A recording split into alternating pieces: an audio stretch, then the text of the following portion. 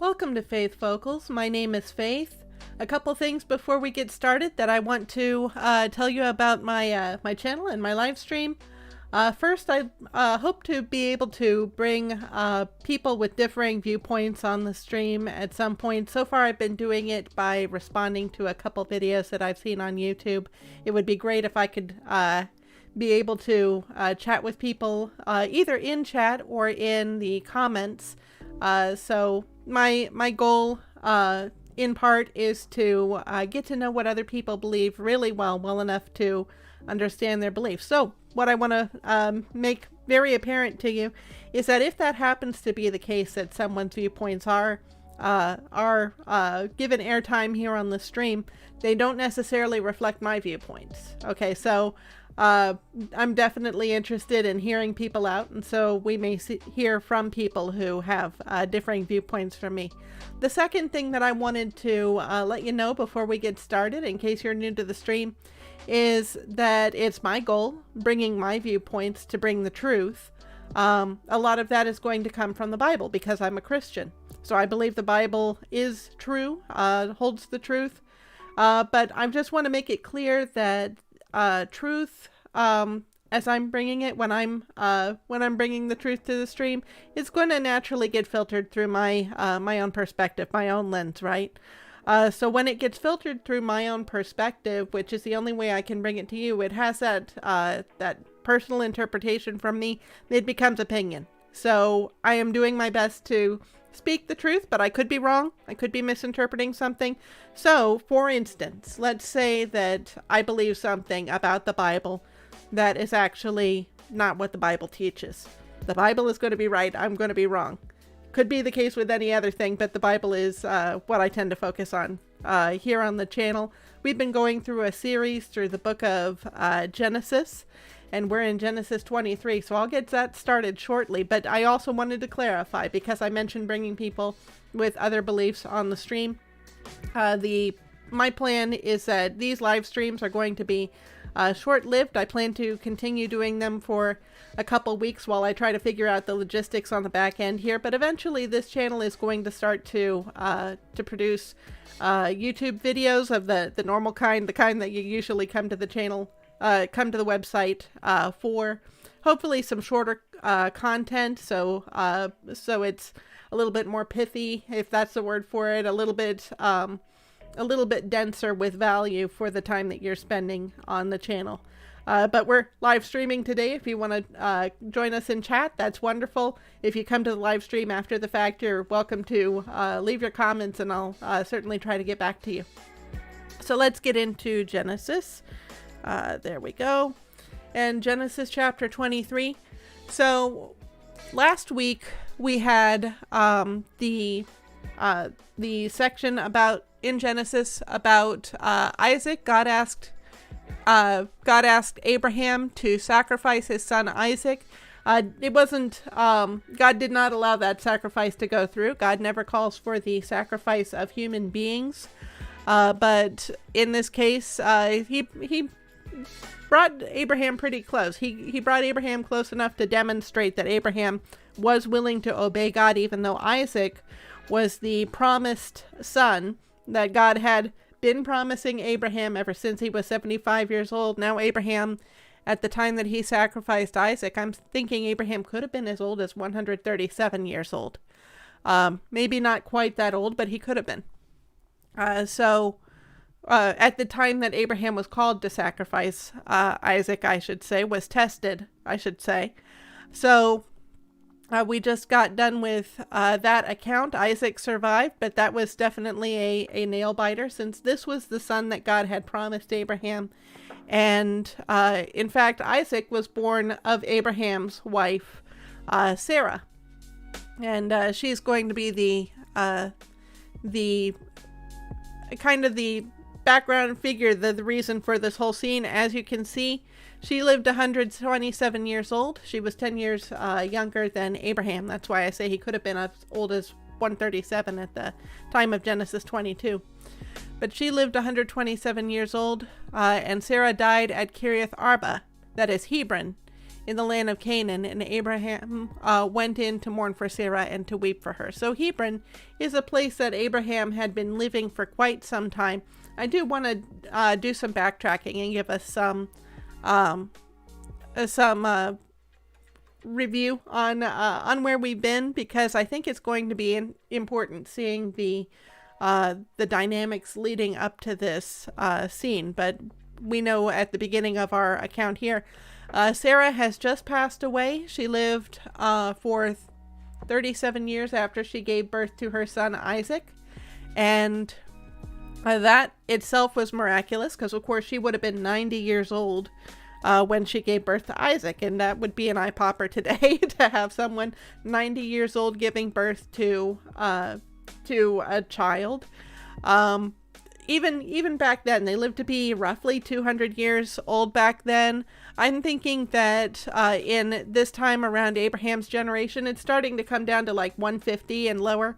He lives to be 175 if I've got that right in my memory. So that's a kind of the ballpark that they're living today. So maybe they would have a little bit longer to be able to bear children, but definitely the Bible establishes by the time Sarah bore Isaac at 90, nobody was expecting her to have a child. It was pretty clear she was done, except God allowed that to be a supernatural occurrence, that this son that he had promised Abraham had been born. So Abraham is mourning for his wife, whom I'm going to just say he loved her deeply. We find out in Genesis 21, I think. Let me hop back a couple. No, it was Genesis 20. Yeah. Abraham had an incident with a local king. Actually, I think this is a different location. Abraham, like I said, had been living in Hebron. And then after the judgment of the cities, Sodom, Gomorrah, a few other cities in the region, Abraham left Hebron. So I don't know if it was because of the judgment of those cities, if he didn't feel comfortable in the area, or if there was some other reason he decided to leave the area. But then he started to wander around in the neighborhood of Gerar. So Abraham lived a nomadic life. He kept flocks to take care of himself and the people who lived in the tent city that he would have been in charge of. At one point it said that he had 318 men. Check my older streams, check my facts on that. But there were over 300 young men trained for battle, so that tells you that there were even more people than that living under Abraham, in Abraham's household. And he would travel nomadically to keep moving to places, I imagine, where he could feed his sheep so that they wouldn't eat the area dry. So he moved to this region of Gerar, was wandering around Gerar, and he asked Sarah to do something that he had asked her to do before. In Genesis chapter 12, he did this, and I kind of think that this may have been a habit with them living in this region. So we'll get into that a little further. But in this passage, we find out Abraham has to admit the truth to Abimelech, who Abraham said, Sarah's my sister. So Abimelech thought, okay, she must be available. Took her to be his wife. God was not on board for that, corrected Abimelech.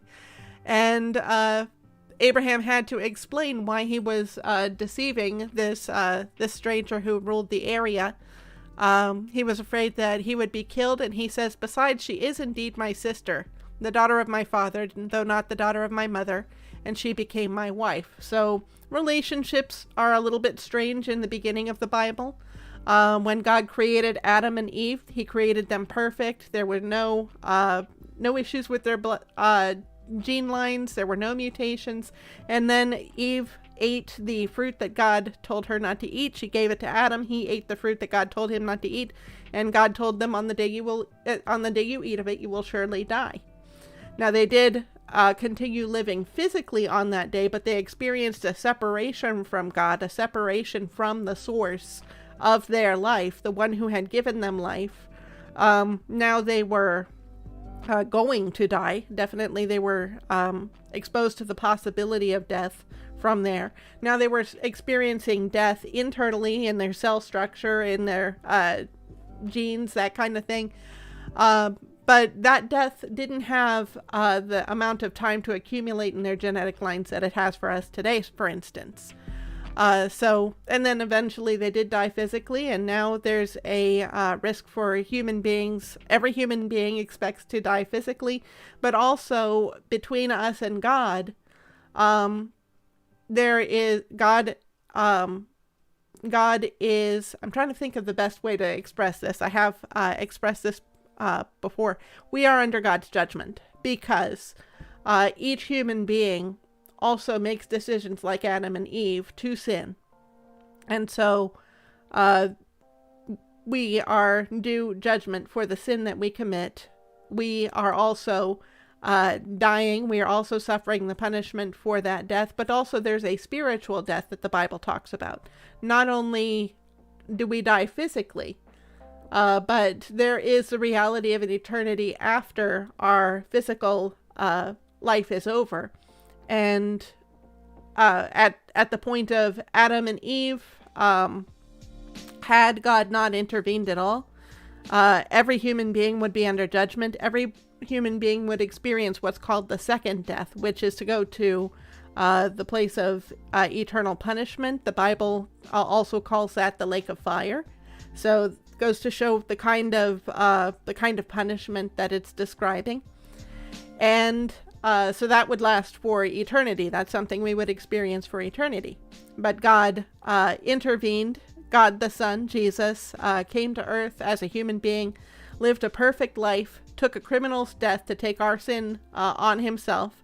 That pleased God. He rose. I should clarify. We think of God as a Trinity. So one nature, one entity, but three persons. So that's about as clear as I can get on that for now. So Jesus taking the punishment for our sins pleased God, and he rose again, which is evidence of that was sufficient to please God and to reconcile us to him. And so now we have the alternative. We don't have to face the second death. We can live an eternal life with God in heaven. Sounds great based on what the Bible, how the Bible describes it. I'm looking forward to it.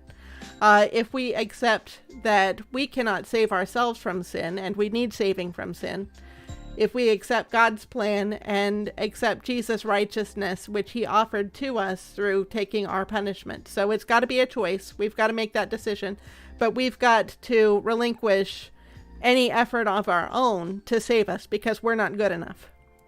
Let's see, where did I come from this? So about the weird relationships in Genesis. So Adam and Eve did not have as much death accumulated, and in the early generations of the Bible, these generations did not have as much death accumulated in their genetic line through mutations and things. So some of the things that we don't allow for ourselves today in the way of relationships, the things that we would call incest, were not considered evil back then because they didn't have the negative consequences that we experience for them now. So like Adam and Eve, they had sons, they had daughters, and the only possible pairing for those sons and daughters to have future generations was with one another. That's just the way it worked in the beginning of the human race.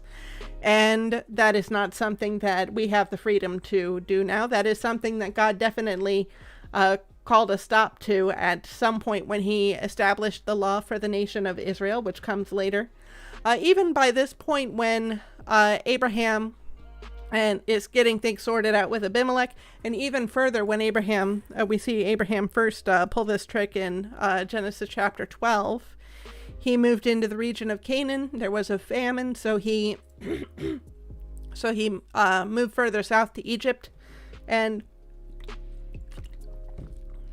just like before with Abimelech, he says, they're going to kill me, but let you live in order to have you, because as your husband, I'm in the way. So say you are my sister, that it may go well with me because of you, and that my life may be spared for your sake. That did not turn out well for Sarah either. God did intervene so that the Pharaoh discovered there was a lie involved, and she wasn't available for him. She was available for Abram. But what I'm seeing here in these stories is apparently there's an understanding in a society. If a man says that this woman is his sister, that means that they're not claiming one another, right? They're not going to be married to one another. That's the general assumption. So a Pharaoh is going to make the decision, well, she's available to be my wife then.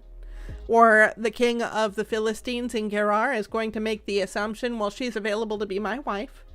But Abraham, I guess, thought that it was okay to be in this relationship with Sarah because she was not his full sister. She was his half-sister.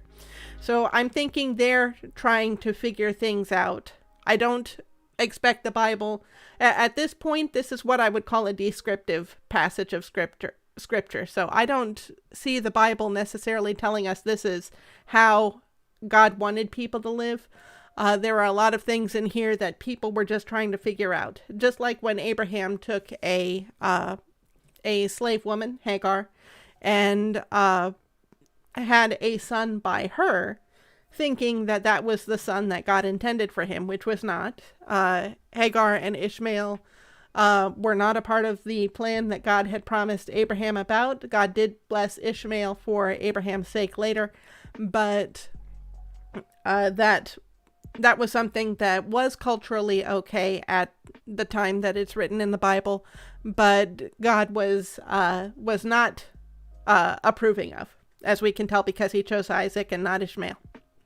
So to get back around to where I was, we have this account with Abraham and Abimelech and Abraham and Pharaoh. So my guess is that when Abraham came into, let's go back to Genesis 12. When Abraham came into the land of Canaan, there we go. When Abraham first moved to Canaan, he's having a look at the people groups that are there. They're not like where he came from back in back in Haran. His family started out in and was on their way in this direction, and then stopped at a city. I think his father established it. It was named Haran after Abraham's brother, who had died before our story begins. So Abraham gets to Canaan, and he's going, these are a different people. They've got different practices. Some of them are really wicked. We find out in the next chapter, Genesis 13, about the city of Sodom. Now, the men of Sodom were wicked, great sinners against the Lord. We get more detail about that in Genesis chapter 19. But Abraham's looking around and he's going, these people don't fear God. And so in order to spare my life, this is the story that we're going to tell. I believe that he was telling the story in Genesis 12 and continued to tell it through Genesis 20, where we see about Abimelech. I'll hop. Yeah. There we go. So I believe this was what he continued to do. He just ran afoul of that practice twice. And so that's where we see these stories. But that's my impression. I don't have any basis for that. I just kind of don't see why Abraham would continue doing something that had gotten him in trouble with the Pharaoh before. Why he would try to do that again randomly later. It makes more sense to me if he had kind of made this commitment with himself and Sarah. So every positive interaction they have is positive reinforcement. Yes, this is good. You're keeping safe. Everything's fine. Nobody suspects except for Pharaoh, who drove you out. So there's no issue there. As long as you don't go back to Egypt, you're fine. And then with King Abimelech, then it reared its ugly head again. So we have, so I was getting into Abraham's relationship with Sarah. So she was not just his wife. She was his half-sister who he loved dearly enough to make his wife. And Abraham's name, he was originally named Abram, which means exalted father. So I personally kind of think when you're named after something, maybe you give a little more thought to it. Maybe you would have a different perspective of that if you're named after something, but don't give much thought to it. I once got into a conversation with a lady. Her name was Grace. And she talked about how she felt like she was clumsy, and she was wondering if I felt that I was maybe less faithful or something about being named Faith. And certainly I do have to recognize that I have doubts. I have a kind of a cynical streak. So that is something that if I'm going to live up to my name, I've got to be aware of. And so I expect for Abram, at the time that we first hear of him, he's thinking, my name means exalted father. So someday I would like to have kids. But as it turns out, that when he married Sarai at that time was her name, she was barren. She couldn't give him kids. So when we first hear of him, he's 75. And as far as we can tell, Sarah is his only wife in a culture where you're allowed to have as many wives as you can manage. And he certainly was wealthy. He had this, like I say, this nomadic household that included over 300 trained fighting men. So he could surely, and he was taking care of Hagar after Sarah instigated him to have a son by Hagar. It was Sarah's idea. And I keep bringing that up because Abraham has the reason to take a wife himself, but he doesn't choose to himself. It's only when Sarah finally says, look, we've got to be realistic. I'm not part of the plan here, or else God would allow me to have a son, that Abraham finally does have a son by Hagar. And then later on, God tells Abraham, actually, your wife is part of the plan. She is going to have a son. So this is his beloved wife, who he was faithful to for many, many years, even at the exclusion of his own desires, probably to be a father. And when he did have a son by Hagar, he wound up putting Hagar and the son away. That is to say, he wound up after his other son Isaac was born, he wound up sending them away from his community, because Sarah was not willing to share the inheritance with the other son, who was not her son. She was not willing for Isaac, her son, to share the inheritance. And so God had a word with Abraham. That's fine. Isaac is the plan, and I'm going to bless Ishmael also. But Abraham was faithful to Sarah and sent away Hagar. So definitely Sarah has the better position between the two of them. And there's a lot saying that Abraham would have been severely grief-stricken at this time because of Sarah's passing. Oh, I just realized I want to be in Genesis chapter 23. And I may not stay there long because I want to give us some more background. But so Abraham went in to mourn for Sarah and to weep for her. I imagine that would be a very difficult time for him. And I'm also going to say for his son Isaac, who would have been 37 at this time, because let's go ahead and skip ahead, actually. We're in our next story, which I think I'll try not to cover today. I was wondering if I'd cover it today, but this is a very long chapter, so I'd prefer not to spend all the extra time on it. But let's see where we can get the details I'm looking for here.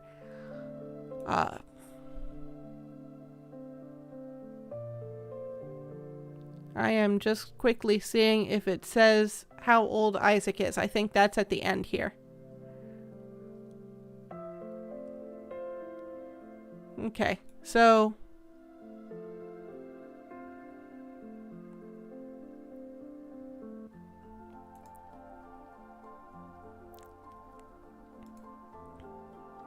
let's see. I know what the word is that I'm looking for, so let's do a quick search. There we go. Here's what I'm looking for. Isaac was 40 years old when he took Rebekah the daughter of Bethuel, to be his wife. So, okay, this is a passage a little later. So Isaac got married at 40. So his mother died at 37. 3 years later, he got married. But in this chapter where he does get married to her, it says, Isaac brought her into the tent of Sarah, his mother, and took Rebekah, and she became his wife, and he loved her. So Isaac was comforted after his mother's death. So I don't have a lot of personal experience with grief, thankfully. Unfortunately, that means that I find it hard to relate, unfortunately, when I'm laughing because I'm doubling my words there, but I find it hard to relate when people need empathy the most. But Isaac, we see, is still grieving for his mother 3 years later. So hard on him, and I'm sure hard on Abraham. The fact that they're both taking it with difficulty, I imagine, would exacerbate things. But Abraham rose up from before his dead and said to the Hittites. So I wanted to get into this a little bit. Sons of Heth. So in the King James, that's how it's written, the children of Heth. So I want to go back to Genesis chapter 10 because it tells us who Heth is. Abraham is living in the region of Canaan. Canaan was a son of Ham, so let's look up that bloodline. The sons of Ham, Cush, Egypt. This is also called Mizraim in some versions of the Bible. Put and Canaan.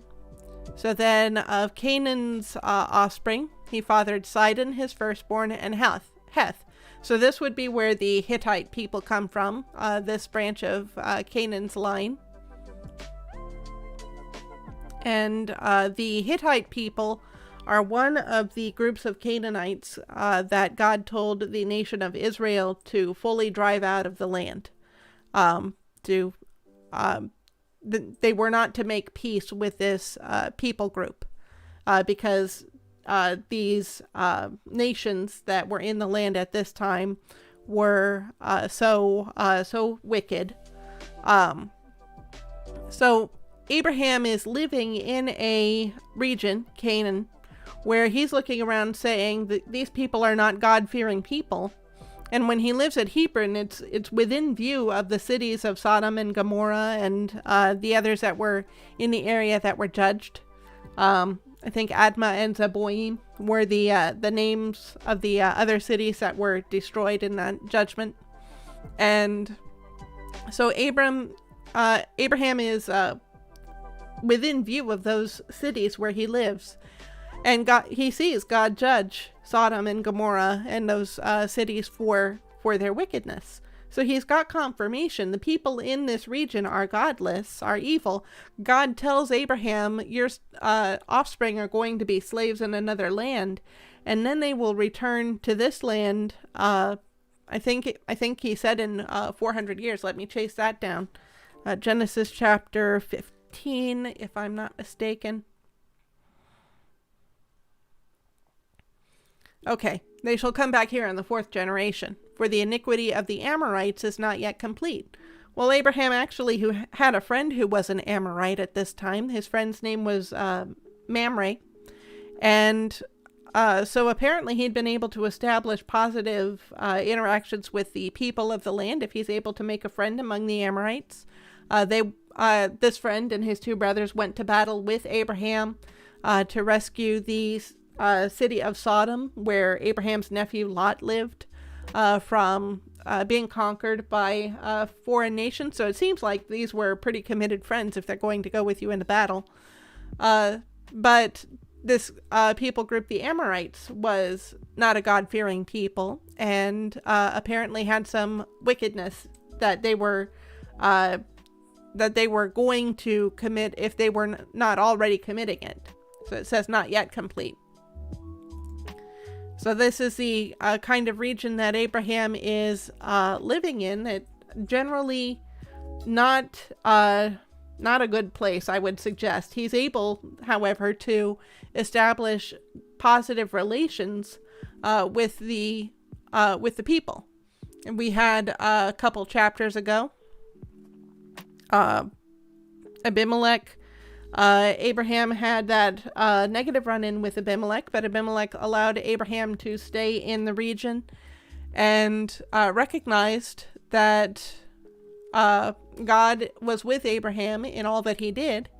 And so Abraham was able to establish a treaty with this king of the region near Abraham, a peace treaty.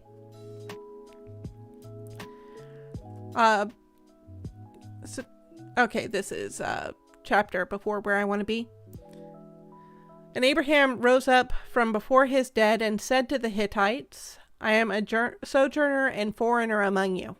Give me property among you for a burying place, that I may bury my dead out of my sight. So the idea is, ever since he left Haran and came into the region of Canaan, he hasn't settled in any place, claimed any land.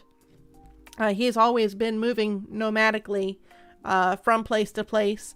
There's just been one place where he kind of really stayed, and that was in the region of Hebron, where his friend Mamre was, at the oaks that Mamre owned, or some versions I think say oaks, some versions say terebinths, and I don't know what a terebinth tree is, so for all I know, one is the same as another, but so he's a sojourner and a foreigner. He's a wanderer in the land. He has no place to bury his dead. Give me property among you for a burying place, that I may bury my dead out of my sight.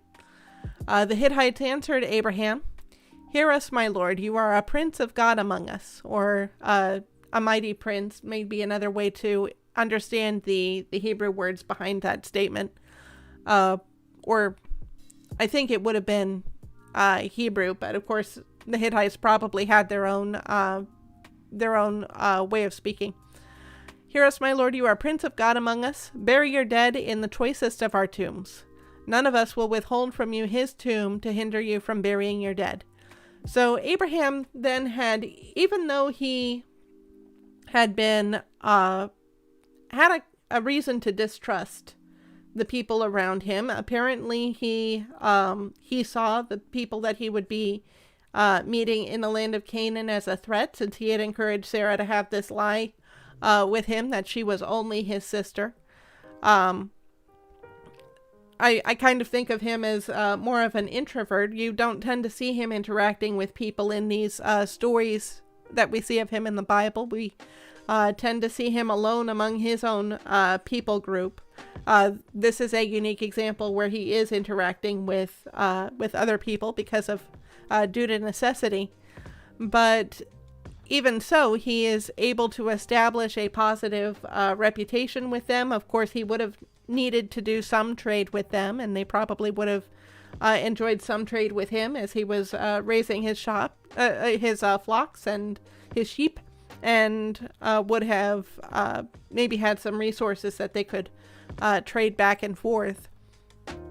One other thing I wanted to point out in Genesis, let's go to chapter 12 again, because that's where a lot of this starts. God says, to your offspring I will give this land. And then in chapter 13, lift up your eyes and look from the place where you are, northward and southward and eastward and westward. For all the land that you see I will give to you and to your offspring forever. I will make your offspring as the dust of the earth, so that if one can count the dust of the earth, your offspring also can be counted. Arise, walk through the length and the breadth of the land, for I will give it to you. So, see, terebinths. Abraham moved his tent and came and settled by the oaks of Mamre, which are at Hebron, and there he built an altar to the Lord. So that's when he moved into that region. So God has been giving Abraham this promise that Abraham is essentially the owner of this land. God said, I will give it to you. I will give it to your offspring. So it's not technically Abraham's yet, which is why he wasn't settling in the land. He was moving about. I do wonder, come to think of it, if part of the reason for him being nomadic God saying, walk through the land north, south, east, and west. So where Abraham sets his foot, as far as Abraham can see, that's the extent of the land he has. So I wonder if if there wasn't some incentive in that promise for him to be nomadic, then to keep moving and seeing more of the land. He seems to have stayed toward the southern end of Israel, so God definitely gave the people of Israel more land than it appears Abraham claimed by foot traffic anyway.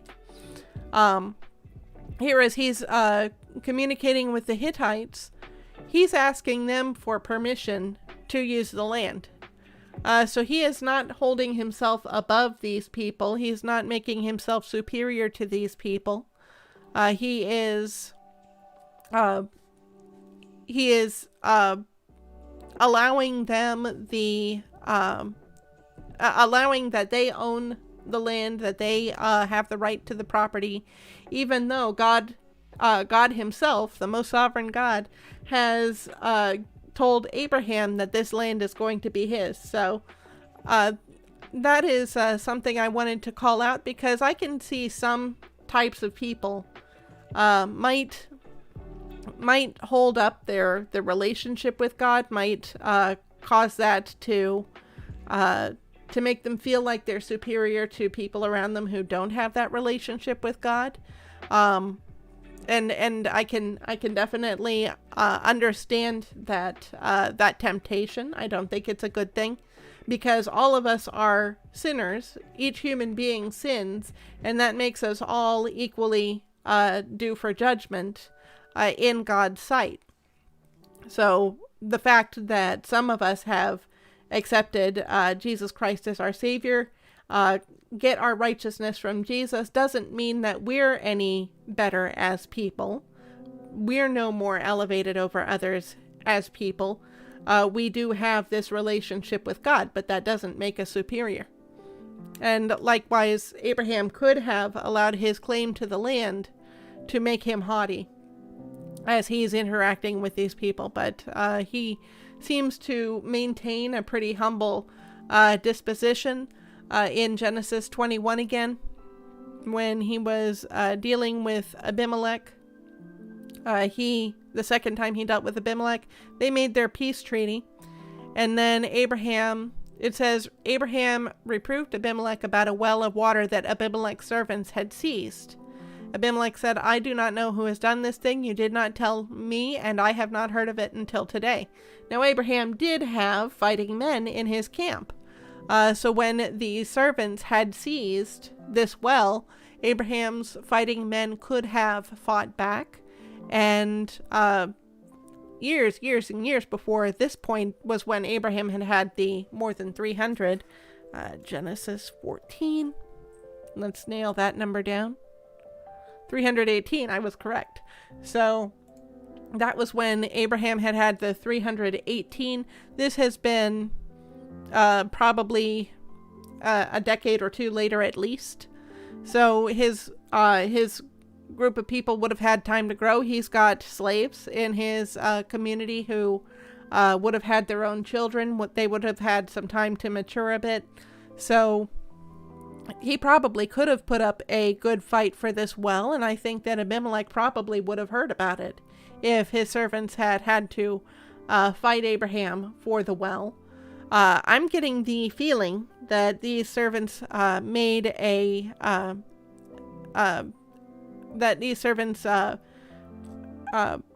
messed with Abraham, and Abraham said, you know what, it's not worth it. Even though the well water was important to him raising his flocks, he needed that water probably a good deal in order to sustain his family. You know what, it's not worth the fight. We'll just move on.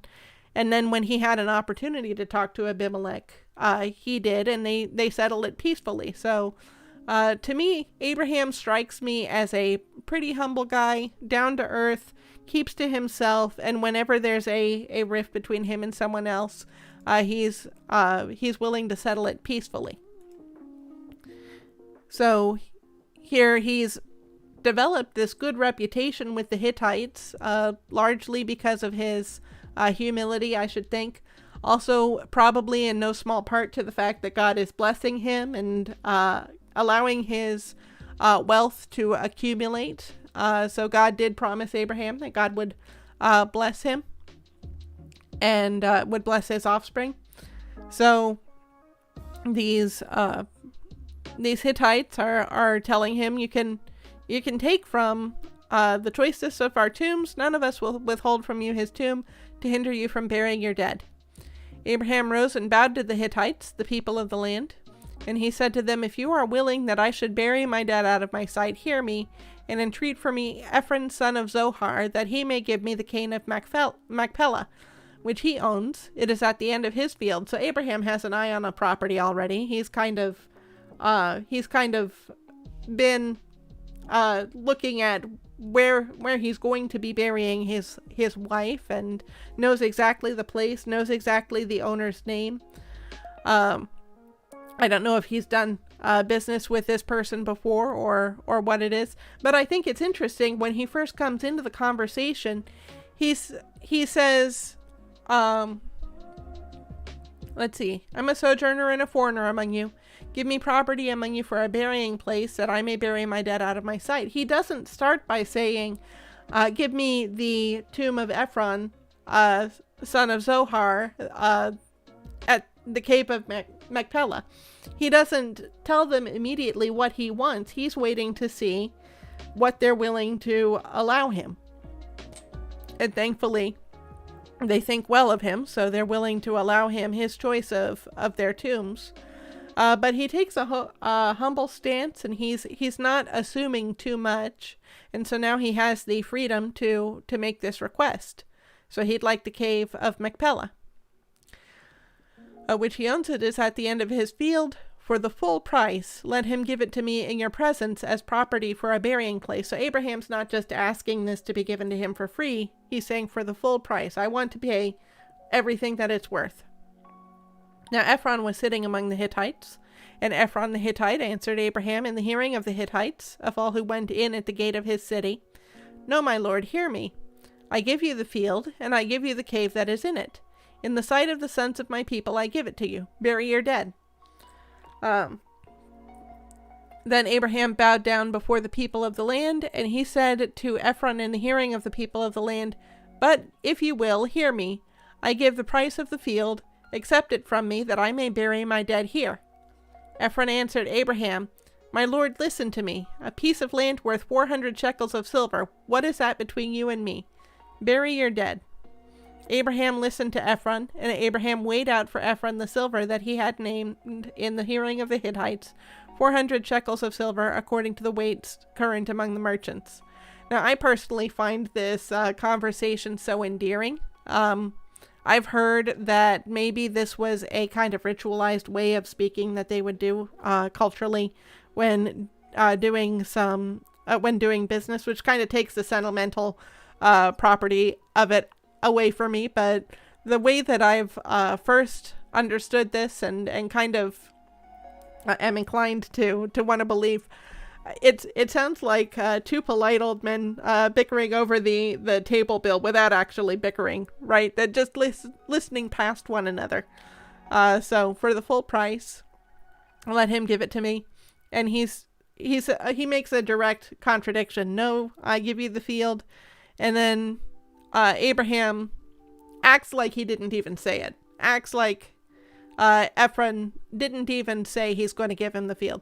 But if you will hear me, I give the price of the field. Accept it from me, that I may bury my dead there. And Ephron acts like he's not going to be heard, but it's in a friendly sense. My lord, listen to me. A piece of land worth 400 shekels of silver. Sorry about those footnotes. There we go. Worth 400 shekels of silver. What is that between you and me? Bury your dead. So he's saying, no, don't pay for it. It's fine. You can. What's that between you and me? You can take the land. But he knows. By now, he knows Abraham's not listening to him.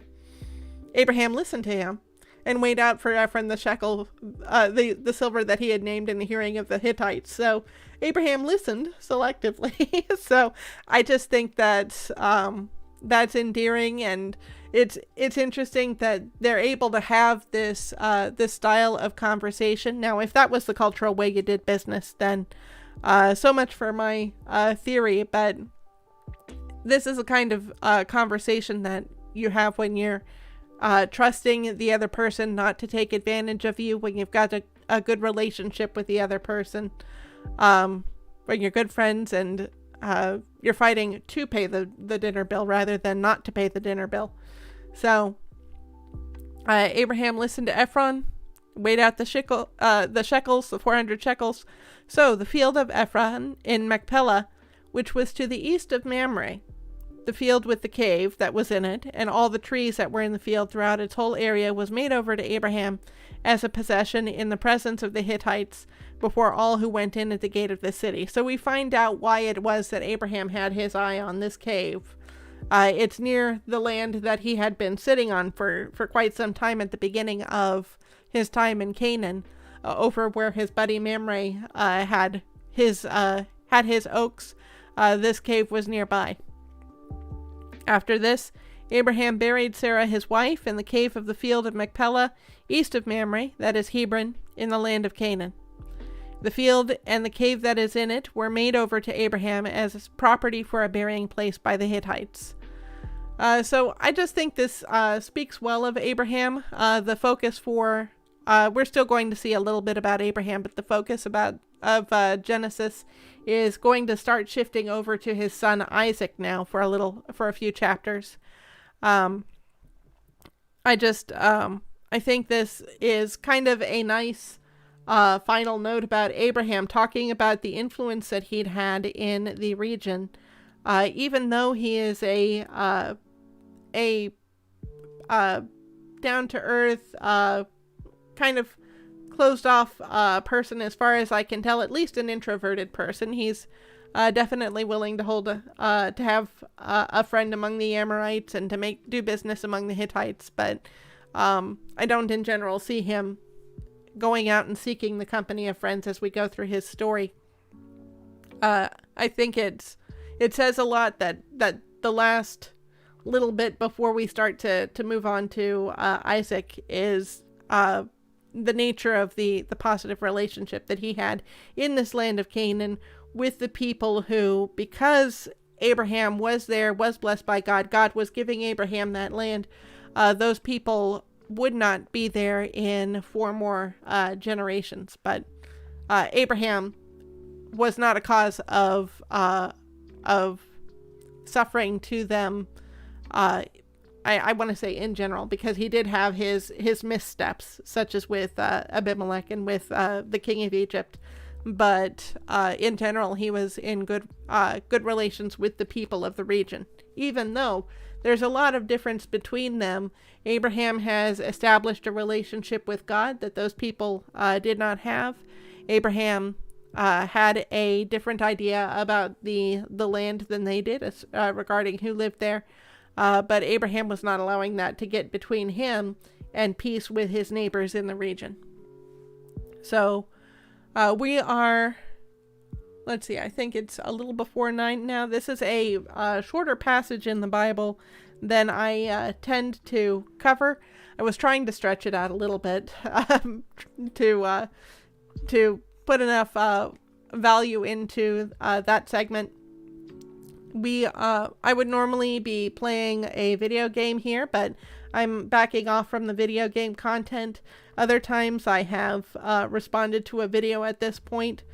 I think next week, and hopefully I'm able to get this prepped in time for next week, I would like to do a stream that is entirely a response to video content. So we're not going to go on to Genesis 24 next week. We'll save that for the week following.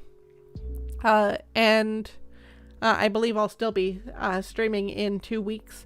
But I have, I mentioned last week, there's a video I'd like to respond to about the question of, did Jesus exist?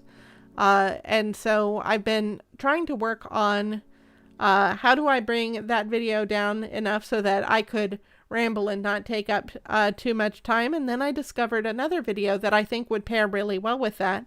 One is from, I'm going to assume not a Christian point of view for the one perspective, and then the other is definitely a Christian. One of my favorite apologists, his name is J. Warner Wallace, and he, I don't think he still is, but he was a cold case homicide detective, which is, his job was to investigate cases, murder cases that had not been solved at the time that the crime was committed. So they'd kind of stayed on the books for a while. I think in California, a murder that's unsolved remains open, I think forever, basically. If I'm not mistaken, I've never lived in California.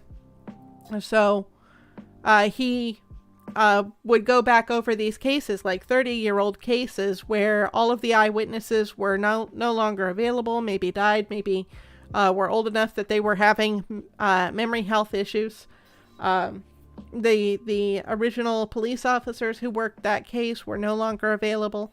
And so he's got to solve these cases without any eyewitnesses to interview, and based on what little scraps of evidence happened to be found for the case, maybe any knowledge that accumulated after that, but with very little to go on.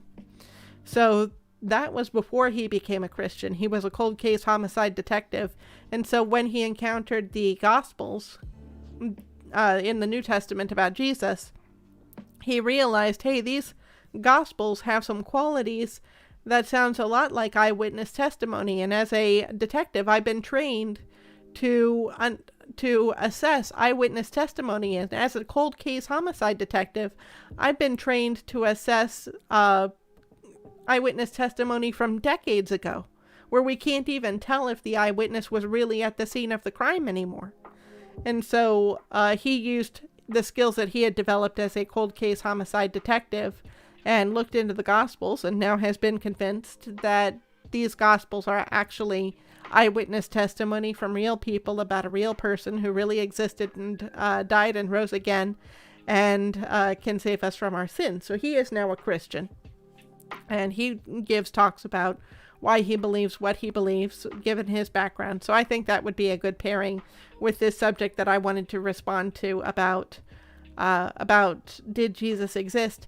In order to fit both of those into the same segment, I'm thinking I'm going to have to take up an entire stream instead of doing the Bible segment before like I usually do. So I'm thinking next week will be an entirely response video stream. We'll go first through the one from the channel Let's Talk Religion, and my goal is to keep the heart of what he's saying, to get his point of view. So we'll see how well I do about that, and try not to insert myself too much into that. I think there may be things that I'll want to say that may not be said from the J. Warner Wallace talk that I want to bring up. But that talk is pretty long. I'm probably going to want to cut down the J. Warner Wallace talk as much as I can. He's speaking on a stage, and so some of what he says is meant to establish rapport with the audience and keep them from falling asleep while he's talking, that kind of thing. So there's some fluff to cut out, I think. But good stuff. Looking forward to it. I think it would be, this is the kind of thing that I want to kind of sort out on the channel, is when we've got different viewpoints, then how do we get down to the truth between the viewpoints, or maybe the truth is more towards one viewpoint than the other? How do we find that out? So I'm just a normal person who's trying to sort this out. I've tried to think critically in the past, so maybe I have some thoughts on that, but I wouldn't say I'm an expert.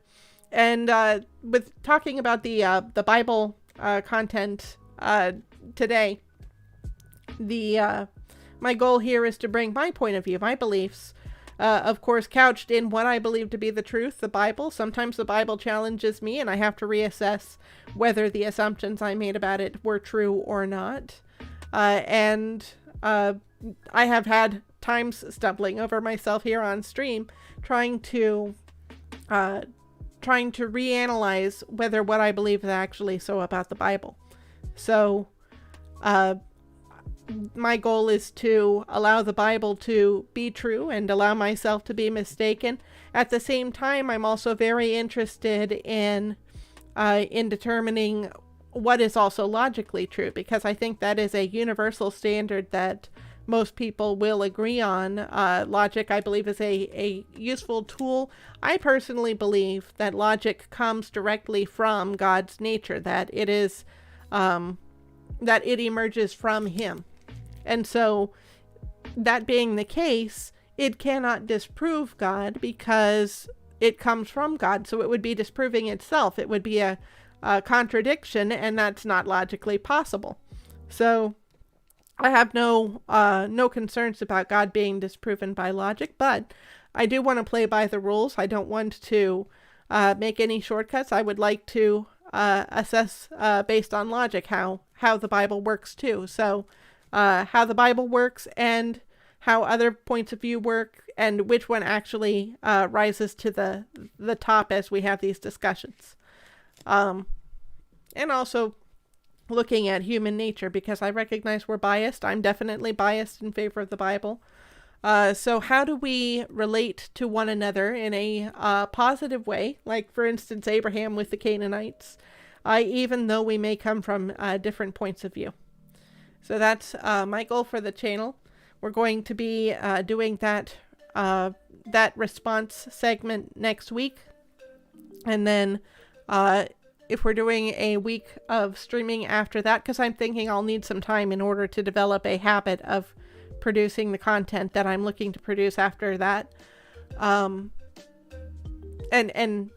depending on the time that I continue streaming is flexible, depending on how long it takes me to make the other content I'm interested in. But next week response, following week Genesis 24, which is a really great story, how Isaac met his wife, or how Isaac's wife was met for him. And I keep looking up at the Bible content, even though you folks can't see it now. So I'm just going to minimize those screens so I don't get so distracted up there. The content that I want to be doing on the channel for now, I mentioned it last week, but I'll go ahead and say it again this week. I think I'm eventually moving away from doing the live streams because the benefit to the live streams is the ability to chat with you one-on-one in real time. However, currently my channel is small enough that I don't have much opportunity to chat with real people in real time. I tend to chat with bots. I might report several bots during the time of the stream. And just by the way, if you happen to see any comments that claim to be from me, I have not been aware of anyone impersonating me yet, since I'm such a small streamer, but I have had bots on the stream. So I'm a little bit concerned about what kind of means people, unscrupulous people, might use on a small creator's channel. So I'm not going to try to get personal information. I'm not going to try to sell you things. If you see anyone trying to do that or using weird fonts that are not usual in the context of the comments or those kinds of things, that is not me. I'm not going to be seeking out my viewers' personal details or trying to sell anything I'm not going to try to get you involved in cryptocurrency or anything like that. So just because I've seen bots on the chat, that makes me a little bit cautious, and I want to give you a warning. So since chat is not turning out to be a valuable resource currently, I'm looking at what else the streaming format offers. It does encourage me to speak longer, because the longer I speak, then the more likely I am to be found by someone during the live stream. So that means that you're less likely to get dense value per minute. I try to fill up the streams with a lot of value as I can, hopefully more as I get better at this. But the longer I go, the less aware you are of how much value you're going to get. And I think there are a lot of people who look at the timestamp in the corner of the stream and they say, you know what, not worth my time. 2 hours is not worth my time. And I get it, because I'm not known by anybody, and 2 hours is not worth my time either. I'm happy to look at the Bible and to talk and to put the content out there. But if I were a viewer, and if I didn't know who was giving the content, then 2 hours would not be worth my time either. So as I'm looking at the streaming format, it seems like it does more harm than good for you folks, assuming that you're here looking for value, looking for pithy content, as much value packed into your content per minute as possible. So for now, I'm thinking about bringing the streams down. Like I say, I may need a couple weeks to get ready for what else I would like to replace them with, which is my goal. Excuse me, I just had dinner not too long ago, but my goal would be to have normal videos, like the normal YouTube videos that you come to the site for, and be talking about content like this. I was thinking about some of the categories that I would like to cover. I'd like to do more videos on the Bible segments, like I've done. I'm thinking that the format would be for smaller segments, so I'm not sure how I would do it. If I would be looking at different ideas within a passage for a while and then move on, or if it would be a longer video. But in general, I'd like to continue the Bible series. I'd like to continue to do video responses like I have done. Currently, I've responded to a Jordan Peterson video, his A Wing and a Prayer video. I responded to a video my brother did on one of his channels, Legacy Studios. Actually, I think his channel is just one studio, so Legacy Studio. He's got several channels, but that one is a singular Legacy Studio. And he plays computer games. He talks about tech. His other channels have other content, like in the areas of comedy or music or art. So you might check him out if you're interested. He keeps everything family friendly. So I've done responses on those. I would also love to get into subjects of culture, like some of the themes maybe that we see in the stories that we encounter, like in movies, books, the video games. So I don't know that I am as familiar with culture at such a granular level that I could talk about individual stories, but I can talk about themes that tend to run through a lot of the stories that we encounter. So some of the broader topics, some of the broader ideas of story, I was thinking that would be interesting to pull in. And maybe talking a little bit about philosophy, about the subject of truth, how we identify what is truth or what isn't truth, how we go about thinking about that. So those are some of the things that I was kind of brainstorming being able to do with the video content. And once I'm able to do smaller videos, then I think maybe I could break up the subjects a little bit better, that all kind of get embroiled in the mess of this hour or two that I'm talking on stream. So I didn't bring much more to talk about for this ending segment, unfortunately, and I'm not going to be playing the computer games that would extend me for longer. So I don't know that there's a lot of value in me continuing up to the normal time that I end, which I think is around 10 o'clock. We've been running for about an hour now, and I think that's going to be sufficient. We'll probably run a little bit longer next week when I am trying to juggle these two video responses. One I think is close to 30 minutes, a little under 30 minutes, and the other is going to be an hour and 30 minutes. And I want to do some chatting in between. So I'm going to be trying to cut one or both of those down so that we have time for everything next week. And for now, God bless you.